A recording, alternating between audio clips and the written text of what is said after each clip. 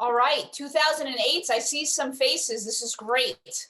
So I'm Dina Gentili and welcome. I know people are just hopping on and it's a great weather day out there. So I really appreciate that you're coming inside or maybe you are outside and you're able to join us today for our session on preparing now for the future of my game.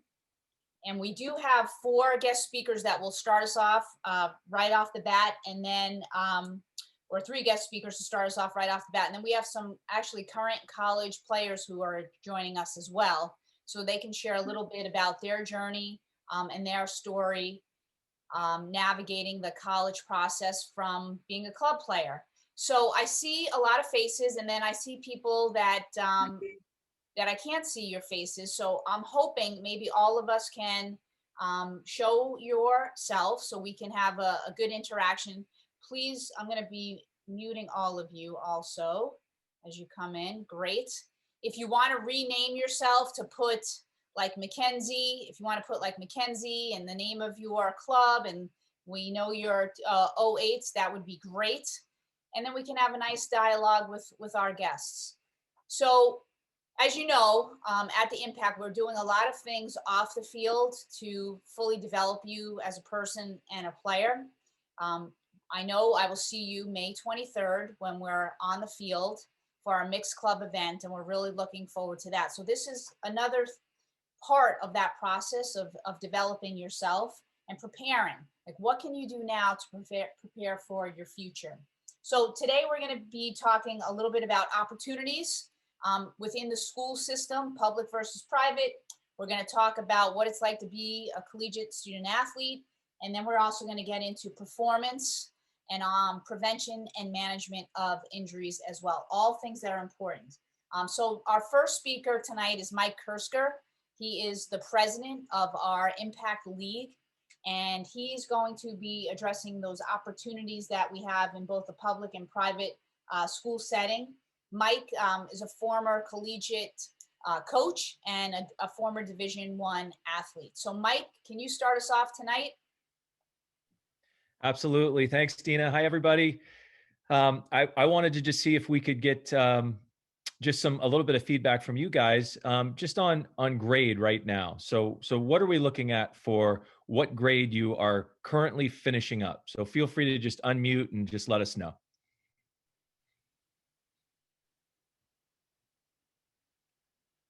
Sixth. Seventh. Great. Sixth. Excellent. So we're dealing with many 6th and 7th graders for the most part. And so what I'm going to go ahead and just talk briefly about is a little bit about a private school experience. Now, I do want to start by saying that this country was founded on the public school system, and public schools are fantastic. But I do want to just share a little perspective because I am currently the director of athletics at a small private school. And although I went to a public school myself, I have some opportunities that I just wanted to share a little bit as you're now going to be going through your middle school experience. And then at some point over the next year or two, be thinking about, wow, what is high school going to be like? You know, I mean, maybe many of you have seen some of the high school games in your towns. It's super exciting. But at the end of the day, it's about that academic piece and, you know, building those study habits that you guys are doing now as middle schoolers. It's going to pay off as you now start to think about that high school experience. So I'm going to make it really succinct. We're going to talk a little bit about class size, right? So what are some class sizes that you guys currently have at your public schools? Go ahead and just throw anything out that you're thinking about, like how many students are in your current classes? 20. Anybody? Okay. Anybody else? 26. Okay. And I would just ask that when you're in those classes, you know, how often do you have a chance to have your voice be heard? All right. Is it once a class? Is it maybe once every other class? Is it a couple times a class? What would you guys say?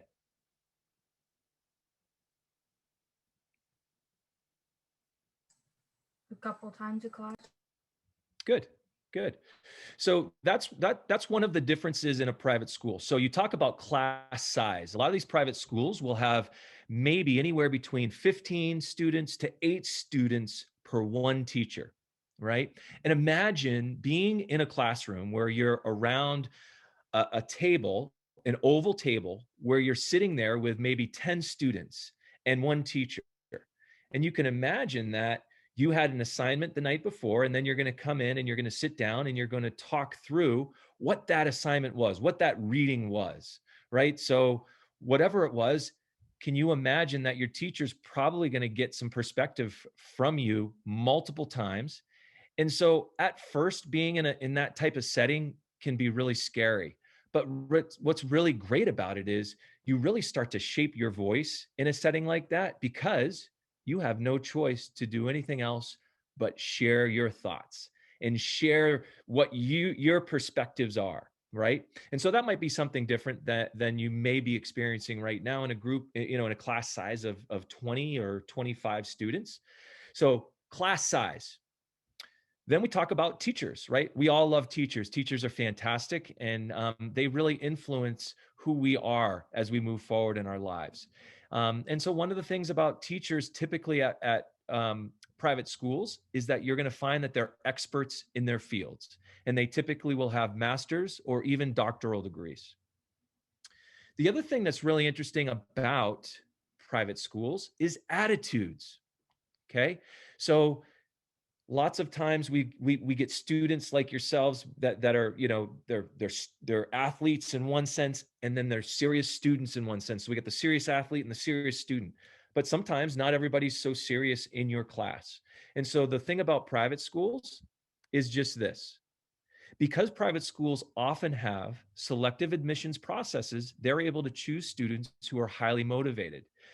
Many private school students want to learn, and they want to be surrounded by classmates who regard academic achievement as something that's desirable, something that they're excited about. They want to be able to grasp as much as they can and learn as much as they can. And so what's beautiful about private schools oftentimes is that you put yourself in a setting where the person next to you is like, wow, it is so cool to learn. I love learning. There's nothing better than this, right? And guess what? Dina, myself, speakers that we constantly have on our Impact Zooms, we are lifelong learners. We're going to learn no matter how old we are. And that's the attitude that we want these folks, you guys, to be taking. So it's all about attitude. And oftentimes in these private schools, you're going to find students that have that attitude, that they want to learn as much as they can. And it's just about being in an immersive environment. So imagine this. Imagine that on top of your regular classes at a private school, you're going to be involved also in athletics. You're also going to be involved in music, and you're also going to be involved in art. And so that's an expectation typically of a lot of these private schools. And what's really neat about that is, wow, music, that's not my thing. But the thing about music is that it can expand your horizons in ways that you had no idea. I remember when I was in 5th grade and my art teacher told me, wow, that's not very good. And ever since that time, I never felt like I could be any type of artist. But the beauty is that you can't be thinking about what others are doing. And so there's a saying that I use, comparison is the thief of joy, right? And so I should never be comparing myself to the best artist, but I should be comparing myself to something that I started, and then within 2 months I look back on what I did and where I am now, and I'm like, wow, that's way better than when I first started. And so I'm comparing myself to myself. And so really, I can be a pretty good artist, even though it's not my forte. And that's the same thing with music. And so you could become a singer. You could become someone who's going to play the guitar, the piano, the flute, the violin. And yeah, at public schools we do that as well. But oftentimes you're going to find that gets built into a private school experience. The last thing I'm going to share with you before we move on to our next speaker is that oftentimes we look at the price tag of a private school and we say, oh my gosh, it's so expensive. There's no way we can afford that. In reality, a lot of these schools give a lot of financial aid to make it possible for students that may not have a ton of resources financially to be able to afford these types of schools. And so, in closing, I would just like to say public schools are fantastic. Private schools are fantastic too. And as you're looking to move forward, and you should explore both. Look at the private school that might be close to you, a town or two away, and then also look at all the opportunities that you're going to have in that public school, and then start to weigh those options and have conversations with your parents about it. So I wish you the best of luck in your search as you, over the next couple years, will start looking at high schools. Great. Thank you so much, Mike. And it really is all about researching what's right for you and finding the fit. I have two children, and one is in private school and one is in public school. And now she's looking at private school as well because she wants to find a certain fit. Okay. And she's actually more motivated by the arts. So it is interesting when you have conversations with different people, what are the things that motivate them? So thanks, Mike, very much for bringing this topic to us. Next, we have Lauren Jenkins, who is best known as Coach Chico or just Chico. And she's going to share a little bit of her experiences about being a collegiate student athlete with all of us. And also, she's the girls director at South Shore Select North. So thank you so much, Chico, for joining us. And you can take it away. Awesome. Thanks, guys, for hopping on a Saturday night. So I actually went through college. I played Division I soccer at Boston University. I played after college as well for the Aztecs in the Women's League for a few years. I coached at the collegiate level for Division III in the area. And I actually remember very distinctly my soccer journey at the same age that you are, specifically in 7th grade. And when I think about the decision that I made of playing in college or trying to have the idea of playing in college soccer, I go back to being a 7th grader in the spring, where I'm sure some of you guys may have heard ODP, some of you may be playing in the ODP program. I remember being cut from a lot of those programs and not wanting to, continue playing soccer. And I actually almost quit completely the game. And if you can imagine, in the sense that, yes, I made it to a Division I program and I was able to play. I was a captain my senior year. When I was in 7th grade, I actually walked away from the game completely. And I think what happened was kind of, as you guys think, I know college seems really far away, but at the same time, the next few years of your, young lady adulthood life, as you kind of go through this journey, they will go by really fast. And I think kind of making that decision for me to not give up and continue to strive through to playing. I mean, Division I wasn't really on my radar as I was thinking about soccer in 6th grade, but then that 7th grade year was really a turning point for me. And I think if you guys are thinking about playing in college, it seems like it's far away, but at the same time, it comes on really fast. And so really, when you think about playing at the next level, whether it's Division I, II, or III, it really comes into what you put into the game at these moments, as you develop over the next 6 to 7 years. Well, I guess 6 years or so.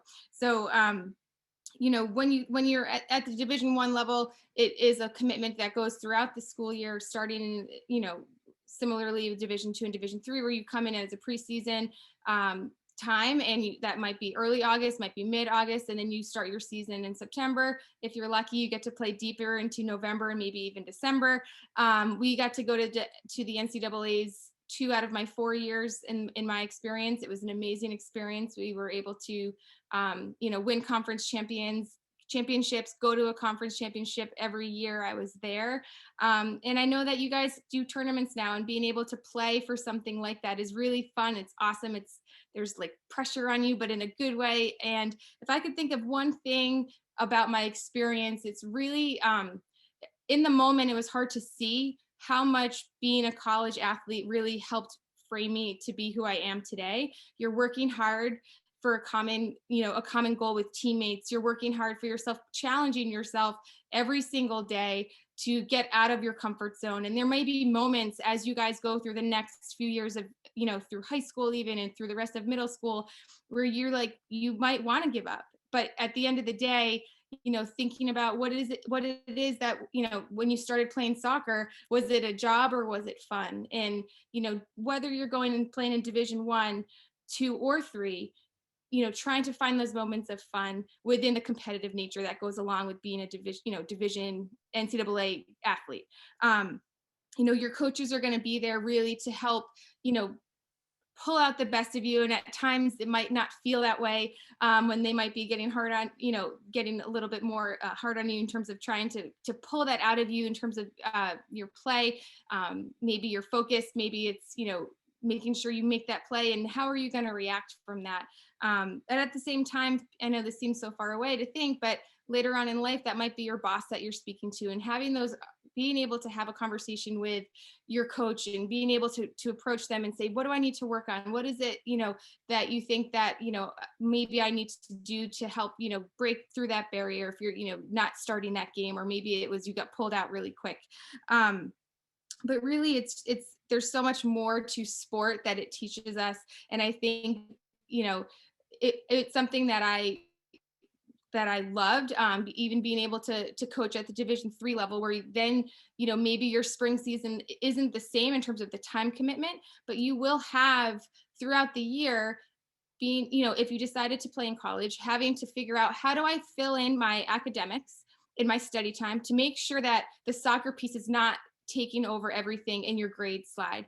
I do remember having very distinct conversations with my mom and dad before I was looking at, playing in college, was where will I go that, at the end of the day, if you can't play and something happens, you have to love where you are. You have to love what you're studying. And in the moment, all I cared about was playing Division 1 soccer. But truth be told, I got injured, and I did end up loving what I was studying. I did end up loving where I was living. And it really brought me back to reality at the end of the day, where the academics is really the number one thing while you're there, and soccer can be a bonus. But, as you go through your division, whatever Division 1, 2, or 3, you're going to be traveling for games. You might be going further away. You might be staying a little bit closer. Even still, it's really what you guys are already trying to learn and navigate through now of, time management skills, getting enough sleep, making sure you're eating the right foods and hydrating, and balancing that whole plate, your social life, your family time, being a sixth grade student. These are all part of the bigger puzzle pieces that are going to hopefully help you form what it is that you do want, if you want to play at that next level, and what does that look like? And I guess the last thing just I wanted to touch on is, really the thing that I found so special was having an immediate group of friends by playing at the next level, coming in August to a brand new school. I'm from a small town in Rhode Island. I go to a bigger school in Boston. It's a much different experience, but at the end of the day, I had 30 immediate friends. I had 4 coaches that were there to support me, and it made that transition a lot easier into something that was really super new, but at the same time, was something that I'll always cherish forever. So. Thank you so much. And you guys are 6th graders, but it happens very quickly that you start to progress for 7th graders, and you start to progress and go through all of your grades. So before we get to our next speaker, I just want to put this all together for you. So today we met with the other age groups, the older age groups, and we talked about the college pathway. And we talked about a lot of the decisions that they will be making. So people who are 2006, 2005, 2004, these are decisions that really you start to formulate a foundation from all the information that we're giving you. So being part of Impact is different than any other league, because we're giving you information early on. So the next time you hear it, you have more information and you can contribute to the conversation and make better decisions for yourself. So when you're looking at high schools, private versus public school, you should also look at, what are the programs they have to offer to you. It's very similar to researching a college. Okay. So those are tools that you can start to build. When you're looking at colleges, you have decisions to make: Division 1, Division 2, Division 3. There are differences in terms of scholarships can be given to Division 1 and Division 2 for soccer, but Division 3 student athletes can also get scholarships. It just might not be for athletics specifically. So there's different ways for you to find opportunities at the collegiate level. So we're sharing as much as we can with you, even though it looks like it's so far down the road. It will happen a lot quicker than you can ever imagine. Okay, so we're just trying to give you as much information as possible now, and then the next time we have another Zoom, we're going to add on to that body of knowledge for you. Okay, so does anybody have any questions before we move on to our next speaker? You can unmute yourself and ask anything, or if you feel more comfortable putting in the chat, I can ask for you, and that's okay. Anybody have any questions? All right, and that's okay too. Okay, so our next speaker is Dr. Julie Hubbard. She owns Just for Kicks, and she is going to be sharing a little bit more about performance and things you can do when you're not playing, a little bit on prevention and management of injuries. She's a former Division I player, also played semi-professional soccer. So she's a soccer person who's also a physical therapist. And also, you know, she works with athletes specifically. And Dr. Julie, you can get into what you do, but from what I'm seeing on social media, because we follow each other, it's really a comprehensive program. So I do hope after we leave this talk too, and you are on Instagram, to follow some of the guest speakers as well, so you can see what they do at the professional level. So Dr. Julie, it's all yours. Awesome. Well, thank you very much. And thanks for having me on tonight, guys. I'm excited to talk to you. You know, similar to Coach Chico, I also played D1 soccer. I started my career at Penn State and actually decided to transfer, and I finished at UConn. But you know, in a similar vein to Coach, my career also had some ups and downs in terms of injuries, and that's kind of why I'm here to talk to you guys today. You know, so throughout the course of my college career, I ended up tearing my ACL a couple of times. And if anyone knows what the ACL is, it's a ligament or a part of your knee that takes a really long time to heal. And so while, you know, Mike and Coach Chico were kind of talking about some of the things that you can do academically to, you know, help prepare you for college and, you know, how to just be successful in college. I'd just like to talk to you guys a little bit about how you can prepare your bodies to be successful in college and after college and just throughout life, really. You know, these are lessons that I guess I wish somebody taught me when I was in 6th or 7th grade. You know, I'm from Pennsylvania. I'm from a rural part of Pennsylvania with not a ton of strength and conditioning, not a ton of resources like the Boston area. And it's just something that I never really knew about until I went to college, and then I went to graduate school, and now I'm a physical therapist, and I do a ton of work with athletes and female soccer players in particular. You know, so you know, I will share a couple of links with you guys, or I'll email them to Dr. Dina and maybe she can shoot them out to you. But I basically own this company called Just for Kicks. You know, we're online, we're on Instagram, but we do our best to help educate clubs in Massachusetts about some of the things that athletes can do to stay safe. You know, in addition to providing a lot of education, we also offer some services.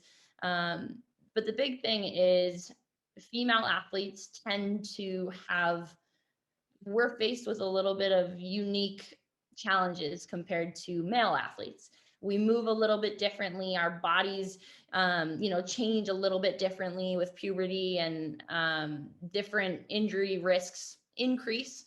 And it's not a bad thing. It's not a scary thing. It's just, we need to know how to take care of ourselves. So that means warming up properly, right? Getting to practice and actually going through a little bit of a warm up, not just jumping out of the car and, you know, starting practice full tilt. It means cooling down after practice, right? Taking your time and stretching and, you know, hydrating, having proper nutrition to actually recover. And then it can also mean strength training. So I know that you guys are soccer players, and I know that when I was in 7th grade, I never wanted to touch a weight. And it doesn't mean that you have to lift weights. It can be very simple body movements that just help keep you strong. So things just like squatting or lunging or doing calf raises, simple things that you can do with your own body weight that can help decrease your risk of injury. So I have a ton of resources that I can send out to you guys, things that you can do in the comfort of your own home, right? Injury prevention or, strength training doesn't have to be scary. It doesn't have to be fancy. You don't have to touch dumbbells or barbells or kettlebells. There are simple things that you can do and start to implement into your routine to just make you a better soccer player and allow you to excel at the next level. Great, thank you so much. I appreciate that. So can I just ask you a question, Dr. Julie? Yes, Like absolutely. at what age is it, appropriate for us to start kind of lifting and taking serious like a strength training program? Right around this age group. So 6th, 7th, 8th grade is really the point where you're going to get the most bang for your buck, because you guys are at the point in your lives where your bodies are going to start to change a little bit, right? You're going to go through puberty. And this is a perfect time to teach your body and teach your brain how to move in a safe way. So oftentimes when we're younger and we are less coordinated and we're a little bit lanky and a little bit awkward, we can kind of get away with it. But right now you guys are in the perfect time to start strength training so that you can, reduce your risk of injuries, but more so just be better soccer players, right? Because you're going to grow a lot and go through a couple of, some changes over the next years. And now is the time to kind of get to work. Great, thank you so much. Do we have any questions from any of the players? Don't be shy. Does anyone here do any group training or strength training? You raising your hand? Okay, great, awesome. So Maggie, Zoe, Sydney, awesome. Great, Yay. and that's terrific. And also we will have Dr. Julie back for a full Zoom with everyone from Impact in August. So I look forward to that, and maybe we can coordinate what we can send out before that session to our players. That would be great. Perfect. All right, we have two collegiate soccer players who are joining us, and I know that they just hopped on the Zoom. So just to review for them, we have Elizabeth Patrick and Sarah Luby on. I'm hoping I pronounced your last name correctly, Sarah, but you can correct me when you hop on. But they're current student athletes playing college ball. They were club athletes just like you are today. Just to recap a little bit of what we've been talking about high schools, private versus public. We have had two former Division I student athletes who were able to share their story with us. And now we'd really love to hear from the current student athletes. So Elizabeth, would you like to go first? If you can unmute yourself, that would be great. Yeah, totally. Thank you so much for having me. So Elizabeth, thanks for joining us. I know I have a ton of questions, and hopefully our players do as well. So if you can share a little bit about your club background, and also where are you, what year are you, what are you studying? That would be great. Yeah. So I'm a current sophomore at Bates, which is in Maine, and I'm studying psychology and math. Currently remote, but excited to be back on campus in the fall.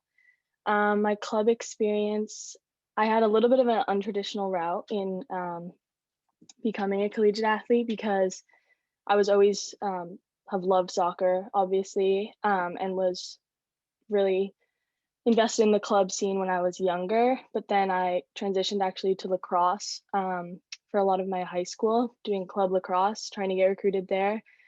And that didn't work out.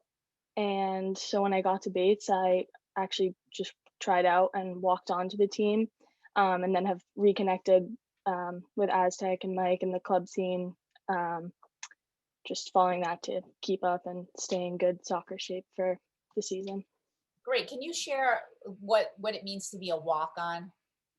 Yeah, it was definitely different experience because a lot of I know that there's group chats, especially when people, have known each other, maybe have heard of each other for a couple of years. So it was a little bit intimidating coming in, not knowing anyone. But I would say that something that helped my situation was that the coach had just switched that year. So none of the actual recruited players had been recruited either by the coach that was coming in. So everyone was just really excited to like start a new journey, and there's been a big shift to the program. So I just really worked on my fitness and thought that that would be something that helped me stand out as a walk on, and it worked out. That's great. Yeah. So just for the players, what happens is in college soccer is players are recruited. So coaches actively will seek players and try to get them to enroll at their institution. And then there's another category of players where the player wants to go to that institution, enrolls in that institution, but the coach didn't necessarily kind of promise them a roster spot. So we call those players walk-ons. I also was a walk-on at Adelphi University, and it turned out pretty good for that school as well. So being a walk-on isn't a negative. I knew that I wanted to go to that school, even though I got scholarship opportunities at other institutions. So I love that that's your story, Elizabeth, as well. So can you share with the players what it was like figuring out that you wanted to go to Bates? Yeah. So Bates is in the NESCAC conference, which is the New England Small College Athletic Conference. And I've always known I wanted to, sports is such a big part of my life. So I always knew that, or hoped that I would be able to get the chance to play in college. And I loved the NESCAC conference just because it's really competitive, and everyone works really hard to, make every match count, every match competitive, but it's also academics are like the most important thing. And that is something that I identify with, like just being a student first and then an athlete, but not really sacrificing either parts of those. So, and then Bates, it just happened that it was one of the schools that when I just got on campus, it was that feeling of, oh, this is a place where I'm going to be really happy. Um, and I've loved it since I've been there for the short amount of time. So what advice would you give someone who is in 6th or 7th grade right now, as a club player in a newly established league, Impact, where what we're doing is we're sharing resources across clubs and giving them this extra programming so that they can be prepared when they are ready to go through the college pathway? What advice would you give to a younger player? Yeah, that's a good question. And I think that what you guys are doing here with these extra resources is really amazing and something that is super beneficial. And I think all you players will look back and be really happy that these opportunities were provided to you. One piece of advice I would have is not letting some of the bad moments bring you down as hard as they feel like they will in the moment. Sounds pretty ambiguous, but the recruiting process can be daunting, and it can be something that it has ups and downs naturally, but just understanding that things are going to work out no matter what. And if you love soccer, then you'll find a way to incorporate it into your life, and just not letting maybe a hiccup here and there, or if it doesn't work out with one coach, not letting that define like your journey going into college. Thanks, Elizabeth. You're so well spoken. I really appreciate it. But hopefully the players will have some questions for you, and we can come back to you. So thank you. Yeah, thank you. Thank you. Sarah Luby, are you on? Can we Yes, see your face? Oh, there you are, Sarah. How are you doing? I'm good. How are you? Doing great. So you're at Clark University? Yes. Okay, great. Would you mind just sharing a little bit of your club journey and your experience at Clark? Yeah, of course. So I'm a first year at Clark, and I'm a bio major, Spanish minor. So my getting to Clark was like, it wasn't like exactly normal. I kind of started the recruitment process late. I didn't join Aztec until my junior year, I think, my sophomore, junior year. Um, and I really like had no idea where I wanted to go. Like for the longest time since I was like in middle school, I thought I wanted to play D1. Like that was always a dream. And then I started like touring D1 schools and like going to ID clinics, and I realized that that is not what I wanted. That I don't even know if I could. That was like D1 is a lot of work, like soccer wise and academic wise. And after like figuring out that I didn't want that, I was kind of like, well, I have no idea where I want to go. Which actually kind of opened it a lot better for me because I was really focusing on soccer. But once I started like actually just looking at academics, like because I wasn't even sure if I was gonna play soccer after that, I found Clark, and so I was reaching out to the coach there, and I just really stayed in touch with her for like my entire senior year. Went to ID clinics, and then I ended up here. I got in first, and then she committed me after I got in here.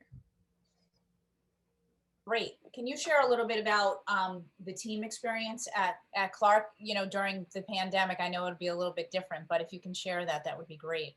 Yeah, of course. No, it's definitely been different from what I've heard than the average like freshman year. So we didn't have a preseason. So kind of like Elizabeth too, I came in, I didn't really know any of the other first years or any of the other team. I didn't do an overnight, which I don't know if that's been talked about. But usually like when you're talking to a coach, if you're talking to like a singular coach and you've been talking for a while and you're deciding between like a couple schools, or like you're pretty serious about it, then you'll go and do an overnight with some people on the team there. So you'll stay over and like you'll go and like watch a game, and you'll like they'll take you around campus. You can go to like a class, like see the dining hall and all that. I didn't do that. There was a couple people on my team that didn't. But like half the first years on my team did. Um, but so that's one thing that they do. And I completely forgot what the question was. Just to share your experience, you've done Oh it. yeah, sorry. Yeah, Oh that's okay. no, yeah. It's been different because of COVID, obviously. We only practice a couple times a week, and we've had 2 games now in the spring. We didn't get to have games in the fall. Um, College is definitely different than high school. I know you guys are still in middle school, but um, the soccer it's a lot more physical, but it's really fun. I will say that I'm like really really glad that I ended up playing soccer. The team, like I feel like everyone says it. Any college person you're gonna like ask, like your team becomes your family instantly. Even in COVID, like we really didn't get to hang out outside of soccer, but just within soccer, it's been like I was just hanging out with like the juniors and seniors yesterday. Like once you like get to a school, like whoever, like if you're like playing soccer and you're at your team, like that is like your family there. Like you'll know everyone, you'll know their friends. So it's been really fun. But yeah, it hasn't been like a normal year, but it's been very fun. That's great. And Sarah, you bring up a great point of sometimes when you are visiting campuses, you rule out things. So things don't work out. You make decisions based on what you don't like. And it turns out that's a good thing. So that's why when we at Impact talk about researching colleges, it's really important to visit campuses, and they will be opened up by the time you get to that point as 08s. But visiting the campuses, talking to the coach, talking to regular students who are there, very, very important. Can you talk a little bit about making your decision on your academic major, and thinking back, like when you were in middle school, like what were you doing that kind of formulated where you are today? Yeah, of course. So I've always loved science ever since I was like in middle school. Like that's always been like my subject. So going in, I knew I probably wanted to do something in science, but I also like was really interested in like urban development and like urban planning. So um the big thing I think, just like from middle school, what I can think is just like working your hardest academically so you can go to a college that you want, soccer or not. Because academics is like the most important thing like ever. Like when you're going and you're getting recruited, it's really really exciting, and it's like, oh, I could play D1, I can go to this school, I can get a lot of playing time here. But if you're not going to get academically out what you need to in the end of the 4 years, it's going to put you like in a tough spot. um so yeah, so sorry, biology. um I would go to a liberal arts Clark is a liberal arts college, so I take like classes from like English, history, like language classes, and then so you don't get to declare your major until sophomore year. So I do recommend like that too, taking as like much classes as you can and like different subjects to find what you do really enjoy. And yeah, I ended up taking a bio class and really liking it. So That's great. Elizabeth, I'm wondering if you can also think back to when you were in middle school and the classes that you were taking, and then also, the classes that you decided to schedule, like when you were in high school also, that led to where you are today at Bates. Yeah. I actually went to a school that is a little bit less traditional than a lot of other schools in terms of classes, and didn't have much choice in high school within certain subjects. But I would say that just figuring out the types of classroom environment that I wanted was something that led me to wanting to go to Bates. So, subject aside, which I agree, it's good to be well rounded in your studies because you never know when certain professor is going to inspire you, even if it's a subject you thought you didn't like in the past. But just classroom environment, like if you learn better, just taking notes and sort of keeping to yourself in a lecture hall, or paying attention to if those small discussion based classes are what keep you the most engaged, because that there's a lot of differences in colleges' styles of teaching. Great. Does anyone have any questions at all? You can unmute yourself or you can ask in the chat. I mean, here's an honest question from a middle schooler. Were you nervous to move away from home?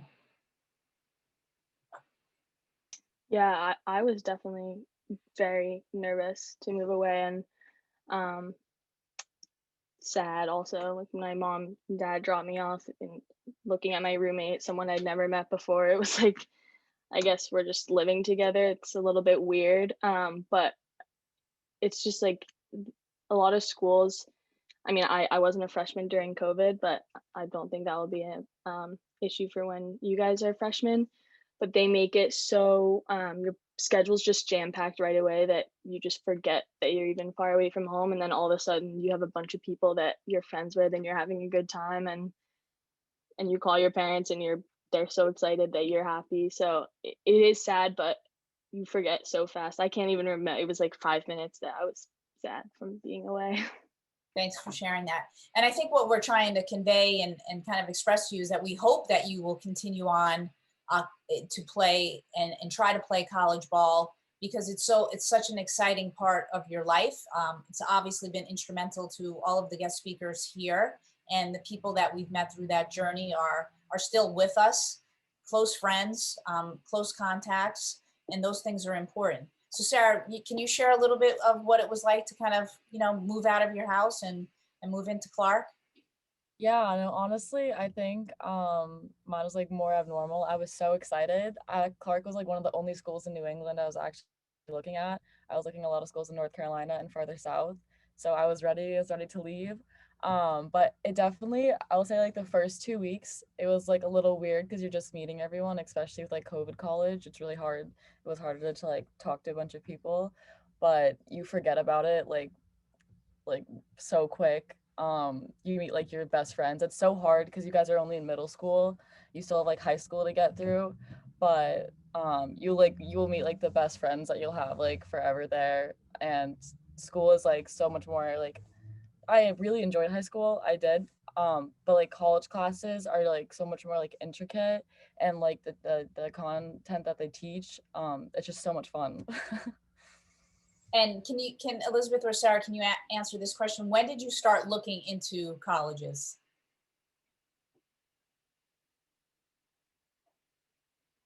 Like, when did you start your journey of looking at and visiting campuses?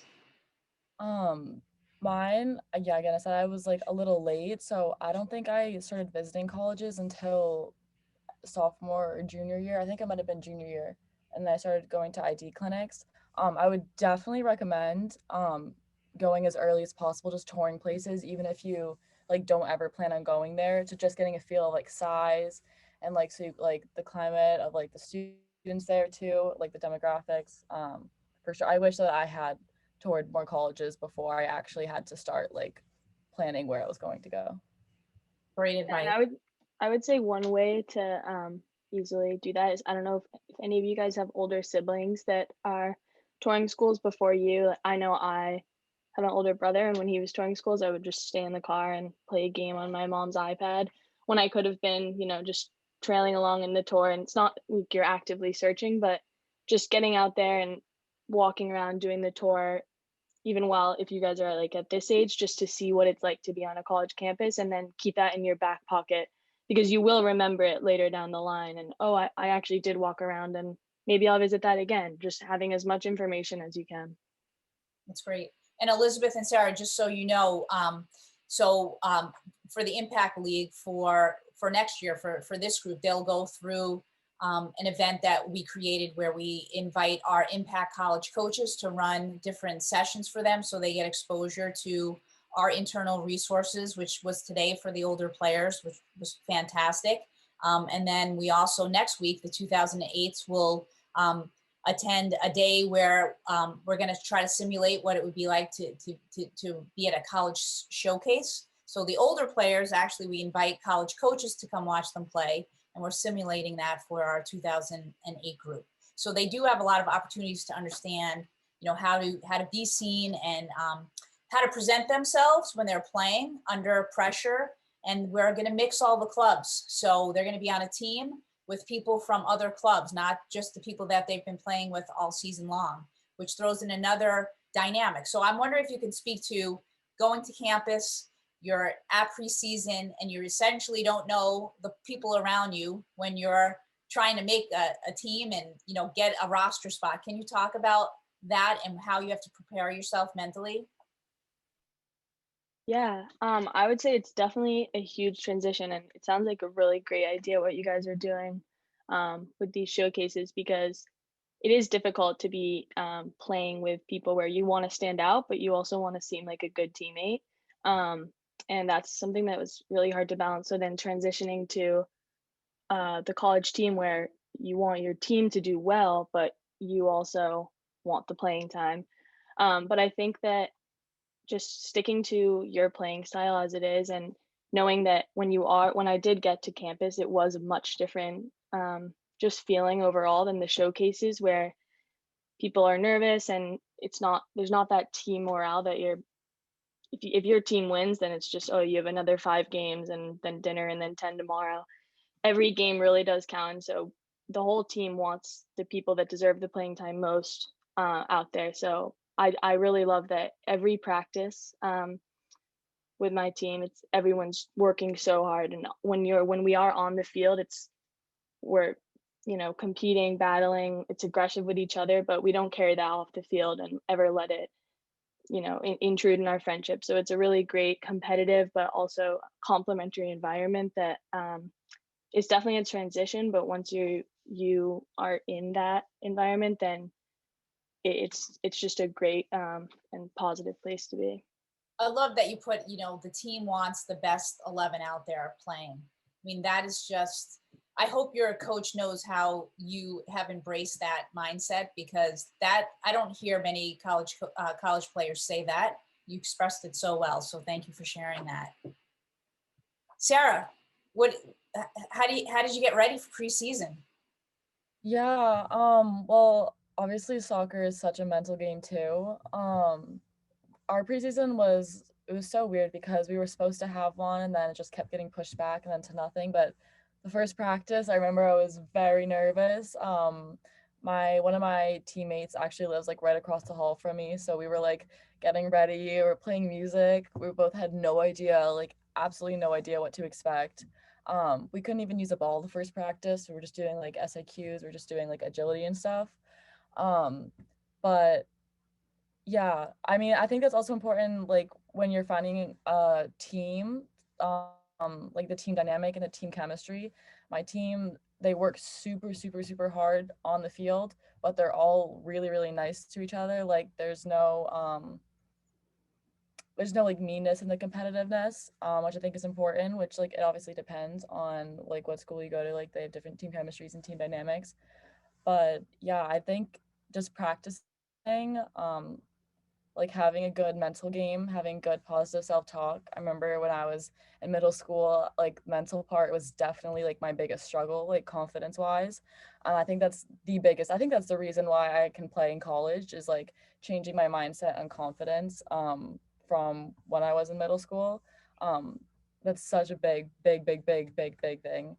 Being able to just play and not worry about like making mistakes, because when like you're doing what you guys are doing is like amazing. I wish that I had more practice with that, like playing in front of coaches. But like remembering that coaches aren't gonna like write down all the bad things, the mistakes that you did, but they will notice like all the good things that you did is also like something that helped me a lot too with that.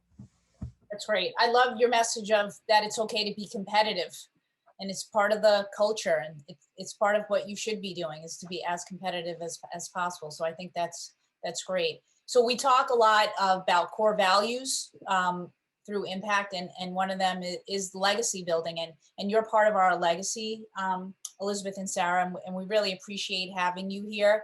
I feel like you two, I could listen to both of you kind of all day, and we'd love to have you back, maybe talking to our older players as well, because your experiences are relevant to them, but also you're really able to communicate exactly what it's like to experience college life and college soccer. So I really appreciate, and I'm so happy that you're able to join us tonight. So thank you very much for this.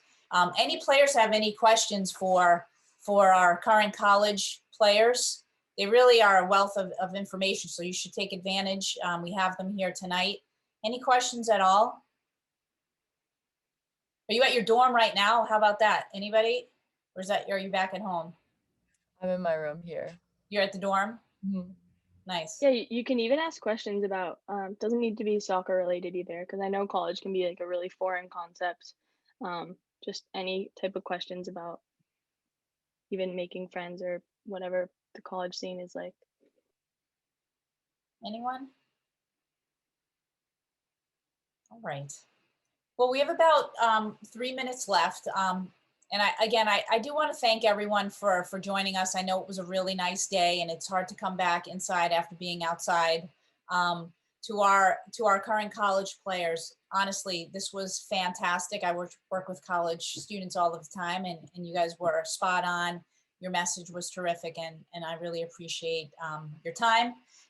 Chico, it was great spending pretty much the day with you.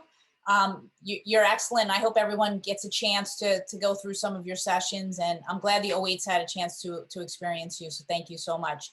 Dr. Julie, you're going to be with the entire Impact crew in August, and I'm really looking forward to that. And again, we'll send out some links and some information so you girls as middle school students can start to think about how to incorporate some strength training into your readiness for soccer.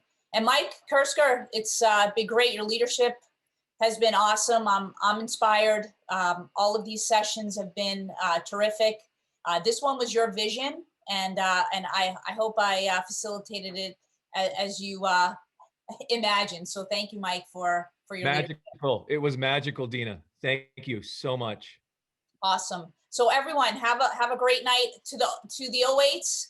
I'll see you on May 23rd. I cannot wait to see all of you in person. So you guys have a great week of school, and we'll all see you on the 23rd. Thank you so much.